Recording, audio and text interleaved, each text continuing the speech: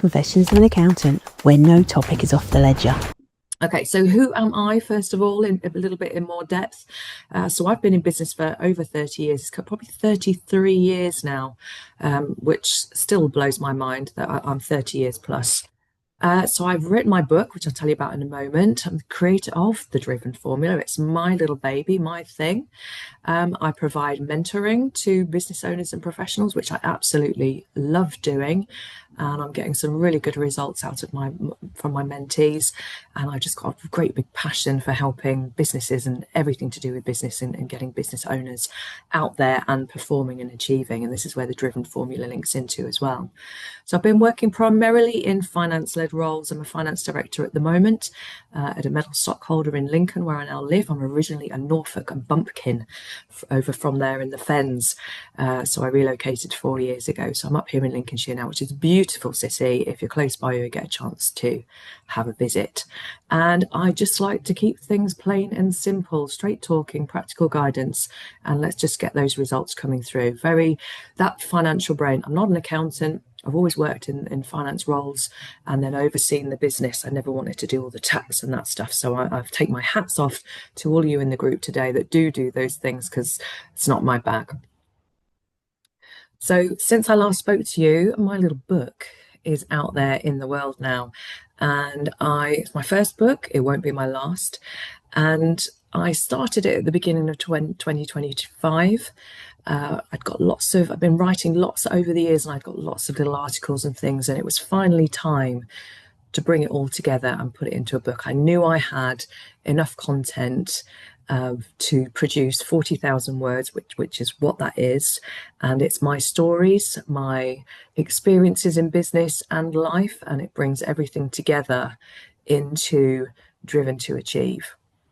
And the interesting thing, since writing the book, is that I've developed this formula called the Driven Formula. And I can equate this. It came after the book, but once I'd designed the formula, I could look back and say, I used all of those elements to not only write the book, but in everything I've set myself over the years, all the goals and achievements I've done, I can equate this to the Driven Formula. And that's why I've trademarked it, and I want to share it with as many people as possible, because I think if you take this on and you can use it, everybody can use it for life and for business, whatever you want to achieve. I think you can use this formula and get yourself there, because I know I've used it. So yeah, the book is out there. I'm so proud of it. And I've got thoughts, just not enough time at the minute. That's my thing. I've got thoughts to write some more as well. So here it is. Here is the Driven Formula, and I'll talk you through all of the 6 pillars. I call them pillars in detail shortly, but here they are. And coincidentally enough, it spells out the word driven. So we have determination, resilience, intention, vision, execution, and nurture. And I believe if you use these 6, you will be able to achieve your success and your goals. So let's have a look at them in more detail. So the first one, obviously, the D is determination. So this is you, and start thinking about now. We can use this as a bit of a workshop, this section, actually. If you think about the one big goal you want to achieve in the next 90 days, what would that be? Write it down. What do you, and this could be life, it could be business. You might want to run a marathon, you might want to be hitting your next target in your business. What is it? Just pick one thing, just one thing that you want to achieve in the next 90 days and write it down. Once you've written it down, I want you to score it out of 10. How much out of 10 do you want to achieve that goal? And once you've done that, I want you to determine whether it's an 8 or higher. Because if it's not an 8, 9, or a 10, we need to be looking at it in a little bit more depth. Because when I called them pillars, we're going to have, if you get wobbled on some of the other pillars, we're going to have to always come back to this one and ask ourselves, what is the goal and how much do I want it? And if it's only a 5 or 6 or lower, we might not get success out of it. So it needs to be something you really, really, really want to do. So an 8, 9, or 10 in those numbers. So make sure whatever that goal is, we've got it in a high number, because we are going to get wobbled. This is life. Things happen. You get challenged here, there, and everywhere. and we need to come back here and rest on this pillar and establish what it is we want to do. So this is the fire in the belly. That's why I put the fire icon there. It's the thing we really want to be achieving. So for me, my thing last year was, and I'll use my book, and I'll use my book to tell you the story right throughout the pillars. I set myself a goal last year to finally get my book published. And every time I was struggling with things, that's what I came back to. I want to get it published. I want to get it published. And R is resilience. And this is the pillar where you will get sidelined, distracted, challenged, set off course, potentially. Think of this also like setting yourself a road trip, going out on a road trip, setting your sat-nav destination. So we take back to determination. What's the goal? If we were going on a road journey, we'd set the sat-nav destination in. So I live in Lincoln. I'm going to Exeter in April, and that's my sat-nav destination. I have to be in Exeter for the 1st of April. Now, there might be roadblocks in my way. There might be travel disruptions. And this is where I then lean on my resilience pillar to say, okay, how did I cope with struggles and challenges before? What do I need in order to keep me on target and achieving my goal on the timeline that I've given myself? When I was writing my book and I started telling a few people that what I was doing, I had a couple of comments with, why would you want to write a book, Nikki? And who's even going to read it? And who's going to pay for it even? And a few years ago, I would have taken that on board and thought, oh God, maybe they've got a point here. Maybe they're that. But I went back to and I can see this now retrospectively, I went back to my determination pillar. What's my goal? I'm writing this book and I don't care what people think. This is my goal and I'm doing it. So this was me leaning on my resilience pillar and going back to the first pillar to say, no, I definitely want to do this. And the resilience part of it said, it doesn't matter to me what other people's opinions are. I'm doing it anyway. And that strength of character came out. So that's where we need to lean on resilience. Okay, intention, the I. This is where we need to be focused on and intentional on that goal. What is it we're achieving? And again, when I was writing, I was still working full time. Things are going on. I've got one of those brains that dots around here, there, and everywhere, and sets one challenge and goes off, and then another thing will come in and go, oh, I want to do that. But I made sure, because my determination was so strong, it's 10 out of 10. Absolutely, 10 out of 10, I'm doing this. It made me come back to say, no, forget all those other things. The focus this weekend has to be you go into a coffee shop and you finishing that chapter. And that's what I had to keep doing, and making sure I was staying on target, intentionally focused and on target for where I wanted to go. So that's intention. Vision. Before I had my book in my hand, I knew what I wanted it to look like. I knew how it would feel. I imagined myself flicking through the pages. I could visualize it up on Amazon with the buy now button.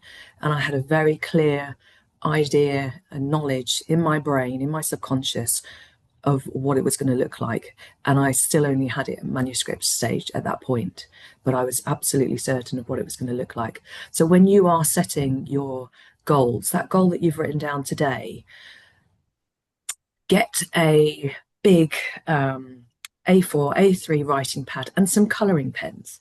This is a really good, we're going to take it back to child era here, because this is how the creative brain works, your right-hand brain.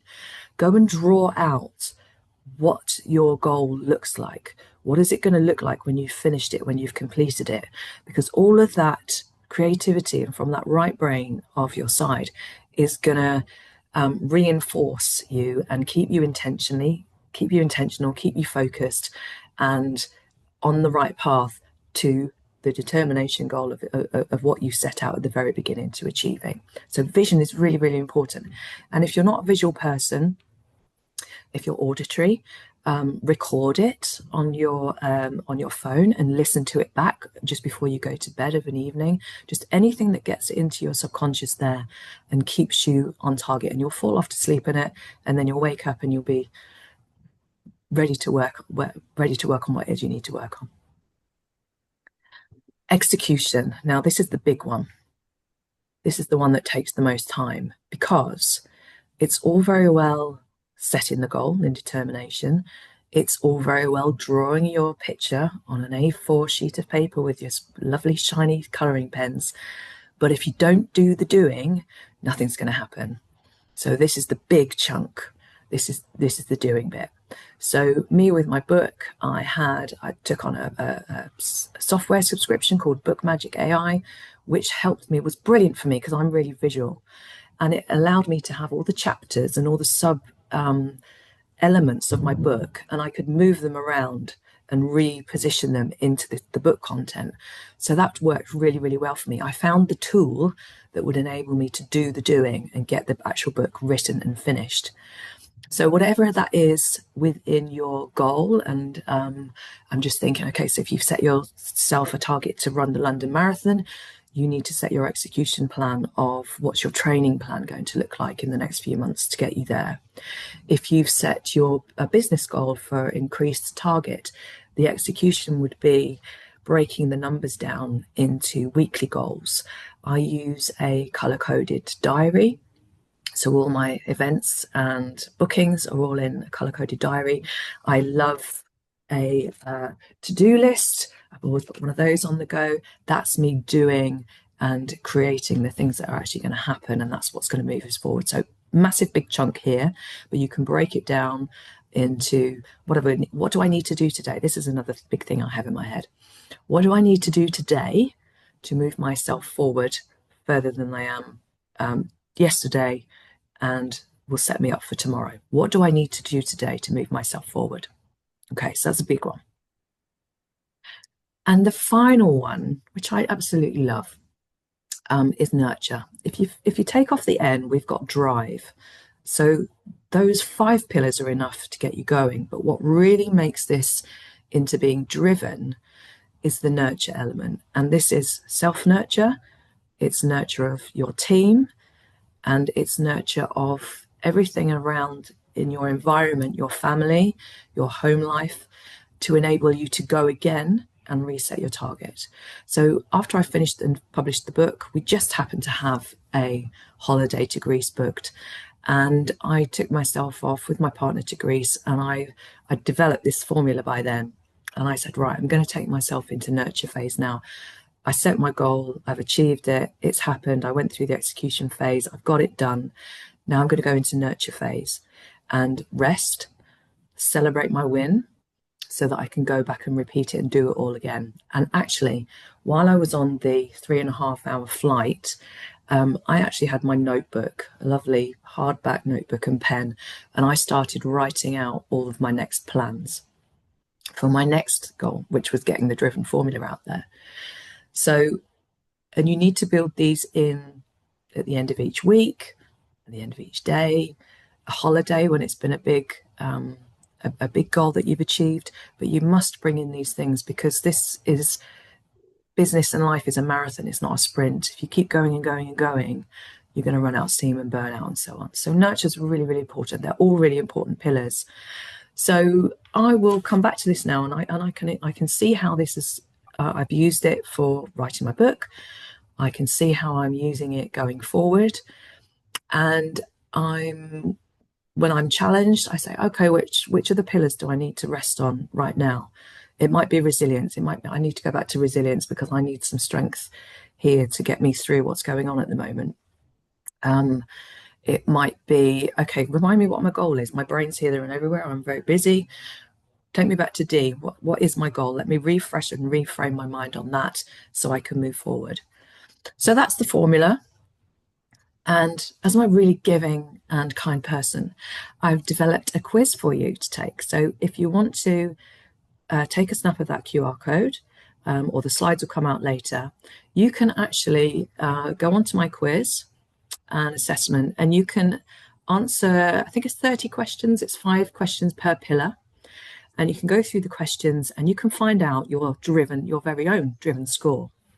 And what you'll get after that is a report. It should have something like this coming out, and everything will be scored in percentages. Now we're all got accountants backgrounds here, and we love our numbers. We love a spreadsheet. We love statistics.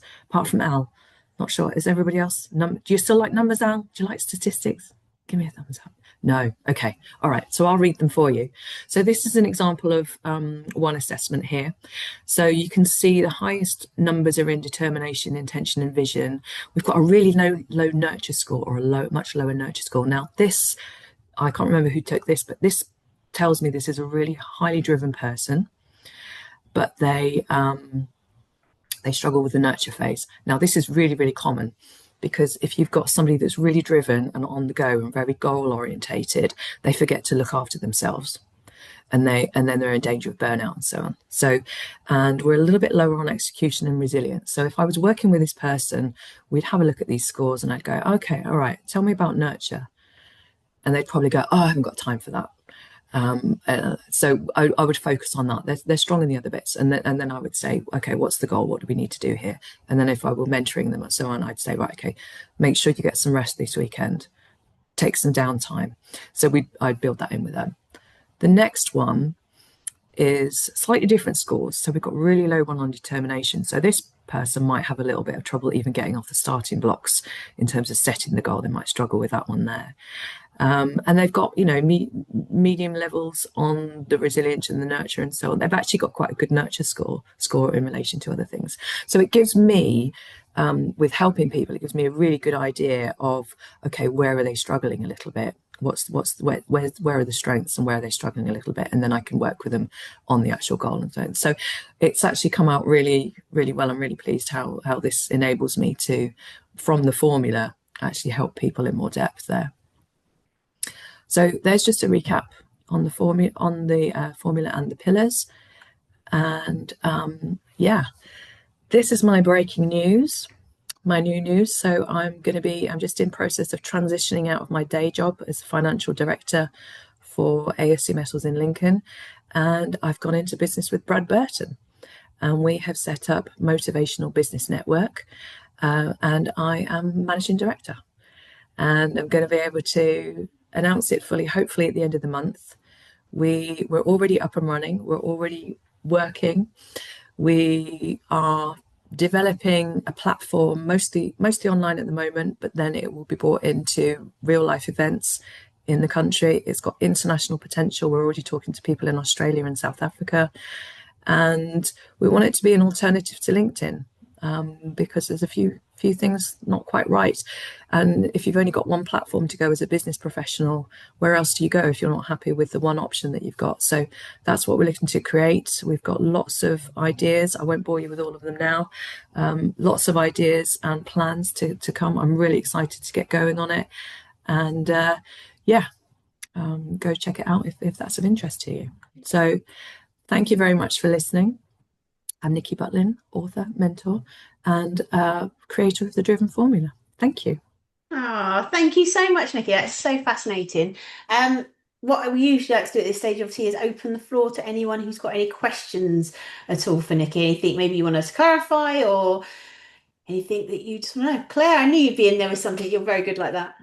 No, I think I might have answered my own question, but I'll give it to Nikki anyway, because Anyway. I was I do a lot of work with accountants around, some of their bigger goals with client relationships and growing client relationships. And they always have goals. They always have ideas as to what they want to achieve, and we can help them with that.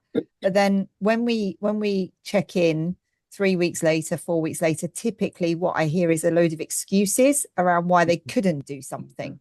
So how do you, I think I think it comes back to determination not being high enough in the first place, but how do you navigate that with somebody if they're setting their goals and they're telling you this is really important to them, and then when you get to it 3 weeks, 4 weeks later, they've not moved the needle, but they've got a whole load of reasons why not? Yeah, so it could be too busy being the common one, obviously. Sorry? Too busy being the common one. Yeah, okay. So there's lots you can use in my formula in respect to that. So yeah, I would question I'd get them to nail it down to one goal in between the length of time that you speak to them. Okay, so you give them very specific, okay, right. And what frequency do you speak to them on? every 3 to 4 weeks, roughly. 3 to 4 weeks. Okay. So I would be, if I was mentoring somebody, I would say, right, okay.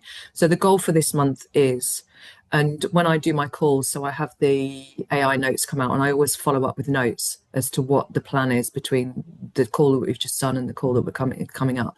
So they've got a clear, because then when you do the catch up call, you can say, okay, so here was the, just in review. You agreed, yeah. You agreed. We set out, didn't we? We set out to do this, this, and this. How's that gone? And then they go, we haven't done it, we've been too busy. Okay, then I'd be delving down further into why, but also use those numbers as well. Okay, how much do you want this? How much do you want it out of 10? And how achievable in the next month is that out of 10? Because, and this is your determination pillar. If those aren't high enough, they're not going to happen for a starter before we use any of the other pillars. Then I would be asking, okay, tell me what's been going on in the last month then. Why haven't we been it? And I always use why haven't we, as in you're part of the team. Not otherwise it's accusing, isn't it? Like, why haven't you done this? Da, da, da, da, da. Why haven't we been able to achieve this in the last month? What's been going on? And it could be, you could then be into resilience. So they've been set off course. So if you think about it in terms of a sat nav destination, and okay, I'm going to Lincoln to Exeter. I haven't got to Exeter on time. I needed to be there yesterday. Why didn't I get to Exeter on time? What took me off of my journey to stop me getting to my destination? So that's the next question you want to be asking, because it could be a genuine thing. It could be family, and you always think could be family issues, could be illness, something like that. So you want to find out on there. And then you want to, so towards the end of that session, you want to be resetting them in terms of, right, here's the goal. Let's make sure that is achievable without thinking anything else is going to come into play in the next month. Is the goal strong enough? Is it achievable? And are you ready to go with that? And nothing's standing in your way. And then you get them to buy into it at the end and go, does that sound okay to you? Does that plan sound doable to you? And then they say, yeah, so go, great, let's get that noted down and we'll catch up in a month's time and we'll see what that thing. So you're always checking in on the different, and you can use those pillars to check in on the different elements of it. Are they focused enough? Are they getting too distracted? And so on. How can you help them really get structured into their planning of their week to make sure they stay on target? Yeah, it's breaking it all down into the little points. Thank you. You're welcome. Did you have a goal for yourself? Did you set a goal for yourself, Claire? I did, yes, I did. And I mean, I'm like high determined. If I say I'm going to do something, it happens. I mean, I'm pretty determined person. Some would say stubborn. you don't have to share what it is with the group unless you want to. Interested to know what your number is. What's your number? So mine is always a 10. If I'm going to do something, it's always a 10. There isn't any other number for me, because it's like, well, either I want to do it or I don't. And if I don't want to do it, don't bother, so I think if I was doing the score, I'd probably be high on determination.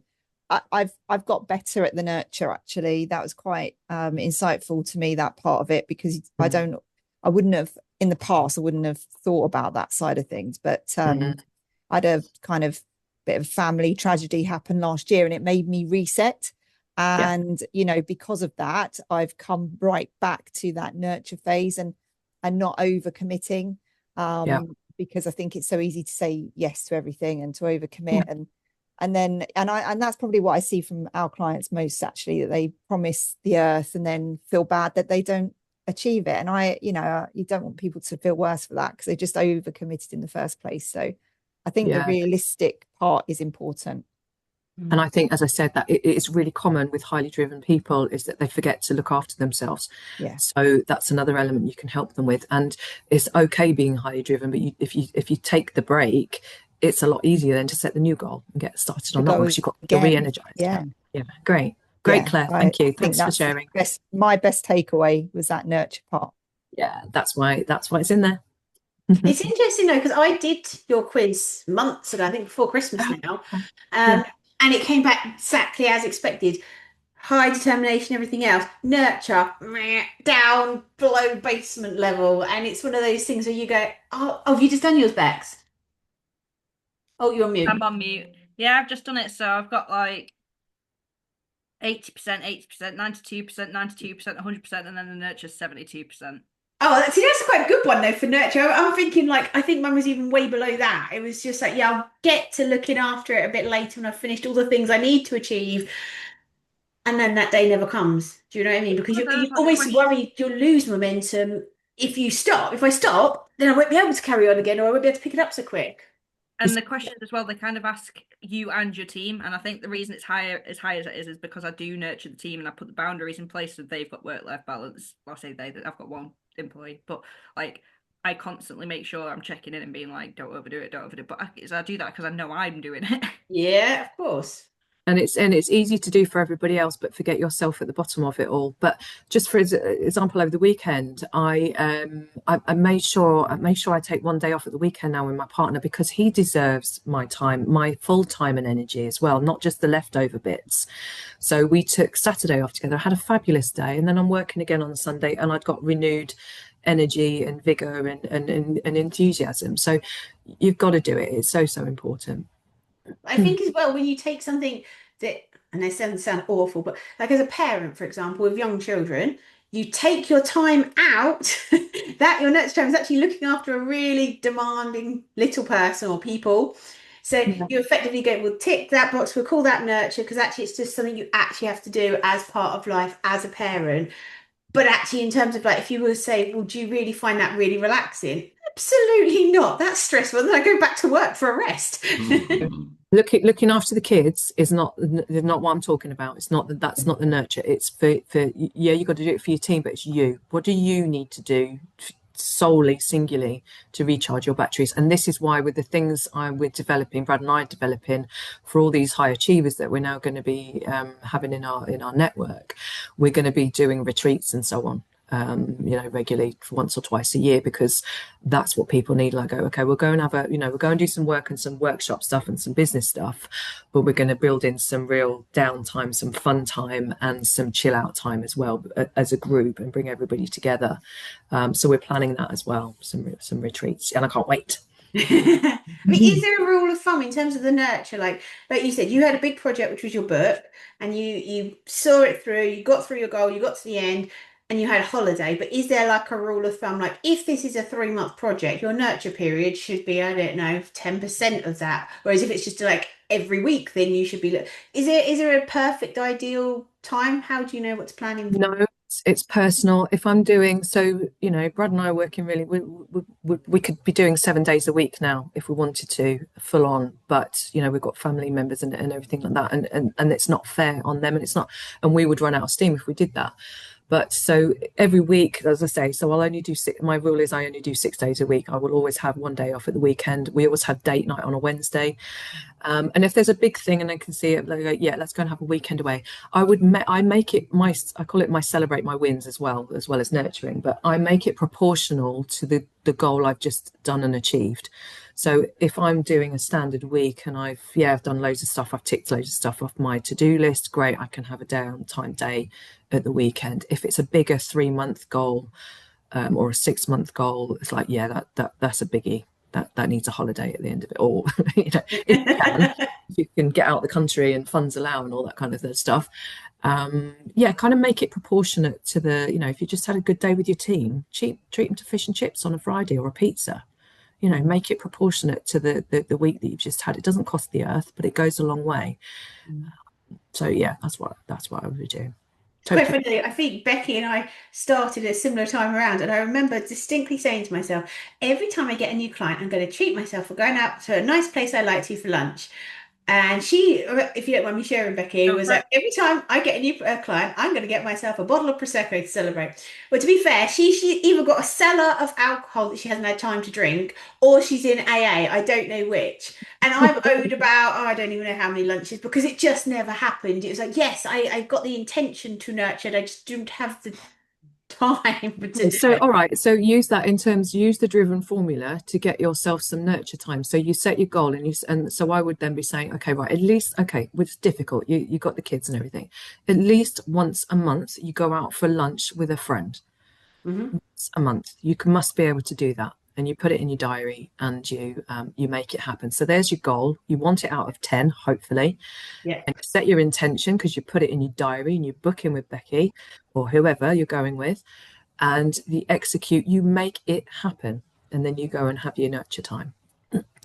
Set the intention. Yeah, just as you would for your clients, your client work. Getting your kids sorted for their school bit. You use all. I bet if you look back on that formula now, you use all of that formula to get everything else done. You're just forgetting the self end bit. Yeah, that's the easy part to forget, isn't it? Because you can just loop round and do it again without. Then what happens when you're burnt out and you have to take a week or a month off of work, and then none of the stuff happens that you want to be happening. So it's playing the game. We've got to play a game here, playing the game of getting the balance right, and that's why I think this is so powerful to be able to use it. And so you get to Monday morning, you go, right, okay, what's on my driven formula for this week? When's my end pillar coming in? What's my goals? Make sure I'm intentional and being focused, and how am I going to execute it all? Simples. Go, Fred. Nikki, Yeah, Fred, hi. hi. Do you ever give up on anyone? Good question. And I say that because I've got clients who say they'll do this, they'll say they'll do that, and you set targets and time limits and all the rest of it. And after a while, you think you're just not serious about this. You're wasting my time. You're wasting your own time. Just carry on doing what you're doing, and I'll carry on doing what I'm doing, really. Yeah, I would liken that to, so I've got a team here of 28 people that I look after currently in this day job. So I've had a couple of conversations with people over the last 4 years where, I've had to pull them up on stuff that they haven't been doing properly. And I'll have the conversation and I say, right, this is only going to work. I'll do my bit to the best of my ability and in my role, but I need you to do your bit as well. And again, this carries on from the conversation that I just had with Claire. You need the buy-in from them to say at the very beginning, or those beginning conversations, to say, right, here's how this working relationship is going to work. I'm going to do this. I'm happy to do it, and you're going to do that. Yeah, correct. And yeah, are we all okay with that? We're agreed on that. Yeah, good, okay. And then when you have the follow-ups, and they haven't done that, and I would probably say 3 strikes and you're out, my lovelies. Yeah. You have to protect your own time, Fred, as well, and say, you can give everything, but if the other party, it's only going to work if both of you are doing exactly what's been agreed. And if they're not doing what they've agreed to, then you have to say, I'm really sorry. And you get to that last one and you say, I'm really sorry if we haven't got progress by our next meeting. There's not much else I can do here for you. And I've done that with members of staff here and said, look, all right, we'll put you on another month's review. This is what I want to see from you in the next month, and we'll have a catch up. Does that sound okay? Do you agree to that? And they say, yeah, okay, all right. So as long as that's all goes to play, we'll meet up in the next month. And then in most cases, they've done what I've said, but it's being that very clear communication, and also stating that you're not going to be hanging around and hand holding. You can only do your 50%, and you need them to do their 50%. So yeah, I would let people go if they weren't playing ball. Yeah. So sort of agree a form of measurement and just revisit it and say, Yeah. well, look, this isn't going anywhere, and that's that really. Yeah. Can I make a couple of suggestions? Yeah, of course. I was at my most efficient many years ago when I had a daily to-do list. If you give your people, make them use daily to-do lists and put what you want them to do at the top of it, that Yeah. might help. Yeah. The other thing is I'm being nagged at the moment brilliantly by an AI. So you could set an AI up to actually nag them on a daily basis or a weekly basis. My own feeling is a month is so long. I can't even remember what was happening a month ago, and yesterday is about as far back as I can go. But this marbleism thing rings me up and chases me up, and the AI is actually really good, which is quite scary. Yeah. So there are other options. As I say, certainly for me, monthly would be a waste of time because I would just have totally forgotten what I was supposed to be doing. Yeah, that's a good point, Steve. And I have a daily to-do list, and I use just paper, standard paper and pen. Nothing fancy, Not no for tech. you, No, for them. yeah, for them, yeah, no, but yeah, I can totally agree with that. It depends who you're working with. Do they need is it a client or is it a team member? If it's a team member, yeah, daily tasks. Tell me what you've done, or a Monday check-in. Here's what the task is for the week, and a Friday debrief. Tell me that everything's been done. Yeah, So you could even have yeah. a portal Mm. with their own login, and they log in every day and tell you what they've done, and the portal reminds them if they haven't. Yeah, and again this leads back to the determination pillar on how much do they want it, and I think this is a good point for you, Fred.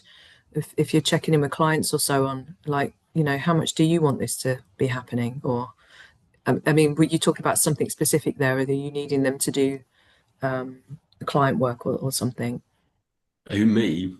Yeah. Sorry, Fred. In your Y- situation, you gave the example of. Yeah, I mean, it wasn't a specific situation, but I do have people that like me to sign in regularly, and someone that I'll meet with regularly, and I do all I can to do my side of the bargain. And they say they want to do this, they want to do that, and you try and bring structure to it, but they're a bit too sort of scattergun and trying to do too much and whatnot. And well, after a while, I sort of just leave them to it, really. I do say to them, well, come back to me when you've done it. I'm not going to keep chasing you to do it. Yeah, yeah, And what becomes a regular meeting just turns into sort of, an annual compliance review or something like that. So I'll certainly yeah, give people the time of day and so on. yeah, Um, absolutely. but the ball's in their court. I mean, the old, you can take a horse to water and so on. So, I'll give it a go at least. Yeah, absolutely. But they're not likely to be achieving their goals if they're that way inclined. Yeah, as long as they're not blaming me for achieving their goals, I suppose, then it's Yeah, fine. and that's why if you've got it logged and you've got it, it's like, well, we had these two meetings on these dates. We agreed an action plan. Unfortunately, you didn't come back to me on it, and you didn't fulfill what we decided in that action plan. So, you know, what do we do now? Because I'm running out of ideas here, kind of thing. And yeah, Yeah, I mean, sort of similarly, my worst type of client is one that I have to chase 6 times for something. Then when they eventually come back to me, they say, "Can you do it by tomorrow or the next day or something?" It's like, well, then you're into accountants world, and I'm sure. Yeah, yeah. it's yeah, But it's still a similar sort of thing. Is you've said this needs doing, you've said this needs doing. This is agreed that it's got to be done. Even if yeah, it's a sort of invented deadline, for want of a better description, or a statutory deadline. It's that sort of mhm, people that you say yeah, this, but mm, they see it sort of too much their own way and don't yeah. recognise their part in the relationship. How about a penalty? So if you haven't done such by such and such a date, you've got to give 10 quid to XYZ charity. Make it a bit of Yeah, fun, well, but could do. And in useful. fact, different accountants do use discounts on fees or premium fees as a sort of carrot and stick type thing. I've never done that, and on the No, whole, as long as I've done enough that if a penalty arises, it's their problem, not mine. Then Yeah, and it's not that sort of penalty. What I'm looking at is a penalty for them if they haven't done what they've promised to do, which is nothing to do with you. So it's not going to reflect on you. It's just something that they've promised to do if they haven't kept their end of the bargain, which is to yeah, give a tenner or £100 or whatever it is to a charity. mm, They're going to be upset with you. yeah. No, If it's that's your fees, they're going to be upset with you. yeah, that's fair enough. But then, of course, it's like, can you show me a receipt to say you're giving 10 quid to Battersea Dogs Home or Leave something? it to their I can't get conscience. business receipts out of them, let alone charitable donation receipts sometimes. Oh, you go.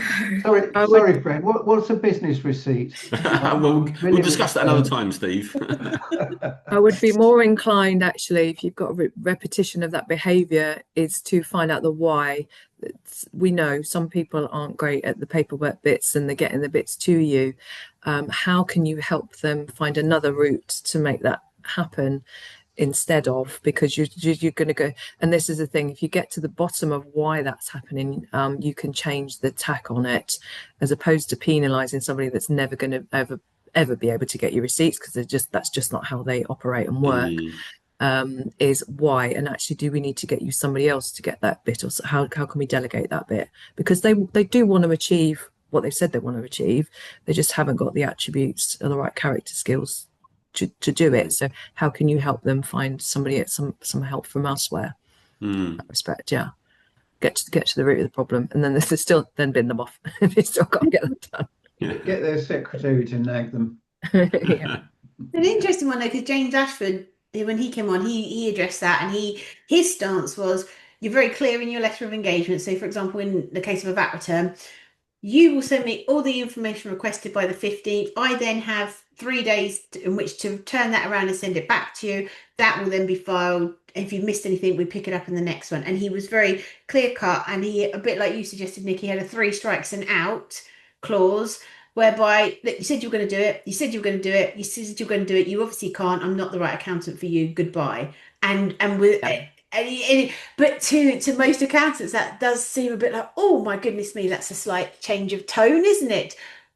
But it does, like you say, protect you, protect your time. And if they're not the right kind of client that you want to be working with, because you don't want to spend, was it 90% of your time dealing with 10% of your clients, let somebody else have the gift. Yeah, there's no, and again, this is protecting your nurture element, because if you're going to get stressed by their stress, so don't take on their stress. You've got to protect you and your business, and if you've genuinely tried everything, it's not you being mean or horrible or anything. It's just you just run your business very strictly into very set terms. There's nothing wrong with that. Bye, Claire. No, absolutely. Your business, your rules, as they say. Brilliant. Yeah. Thank you all for your feedback. And no, thank you so comments. much for joining us and sharing a really valuable formula, and something which I think we could all find different ways to bring into our lives and businesses. So I really appreciate that. As Nikki said, she has got her book, which is available in Amazon and probably anywhere else we can find it. Is it just Amazon? No, mainly Amazon. Yeah, it's other places, but mainly Amazon. Head to Amazon. If you're not already connected with Nikki on the soon to be dissolved and fallen over because everyone's left it, LinkedIn, you'll find Nikki on there. And you've got a website, haven't you, as well? NikkiButlin.com? NikkiButlin.co.uk. Apologies. So yeah, if you want to reach out to Nikki and find out more about what she's doing and read her lovely book, please feel free to do so. But thank you so much for joining us. We've got Confessions again in 2 weeks' time. We've got a Gareth Solomon from Xenon Connect, I nearly said HubDoc, no, Xenon Connect, joining us, and he's going to talk to us about how we can potentially use that to systemize our processes in our firms. So I hope you can make it. And if you want to catch up on anything Nikki's gone through today, we will obviously be putting this onto our YouTube channel, so you can go back and update your notes if there's anything you missed. But thanks all. Take care. Bye. See you soon. Bye bye. Confessions of an Accountant, where no topic is off the ledger.